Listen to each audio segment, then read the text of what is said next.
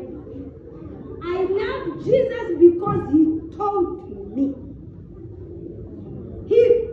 Alinifundisha. Alinifunza. Tunasema ni Yesu aliyekufa msalabani. Ni kwa sababu hakuna mwingine aliyekuwa amekufa msalabani kama yeye. Wengine wanakufa juu ya wizi.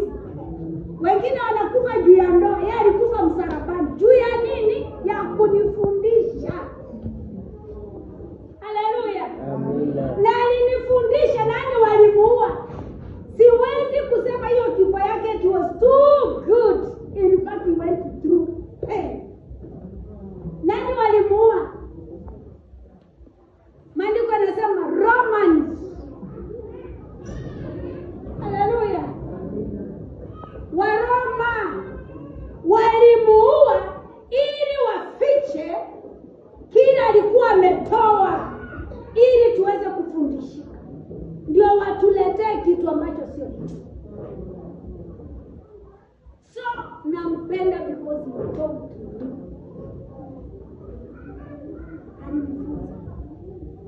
Na leo ukiwa umepata hiyo neema, uzuri ni kwamba hizo vingine vyote alifundisha viko hapo. Ikiwa umepata hiyo neema ya kujua hiyo, wewe ni mtu mwema. Ukishaipata uanze kuifanyia kazi kile umefundishwa, wewe ni mtu mwema. Ninampenda Yesu because he died for me. Jesus alikubali kusema ukweli mpaka hata alipowekwa pale. So he was a hero. Hakuogopa. Kama ni wengine tungekuwa compromise. Haleluya.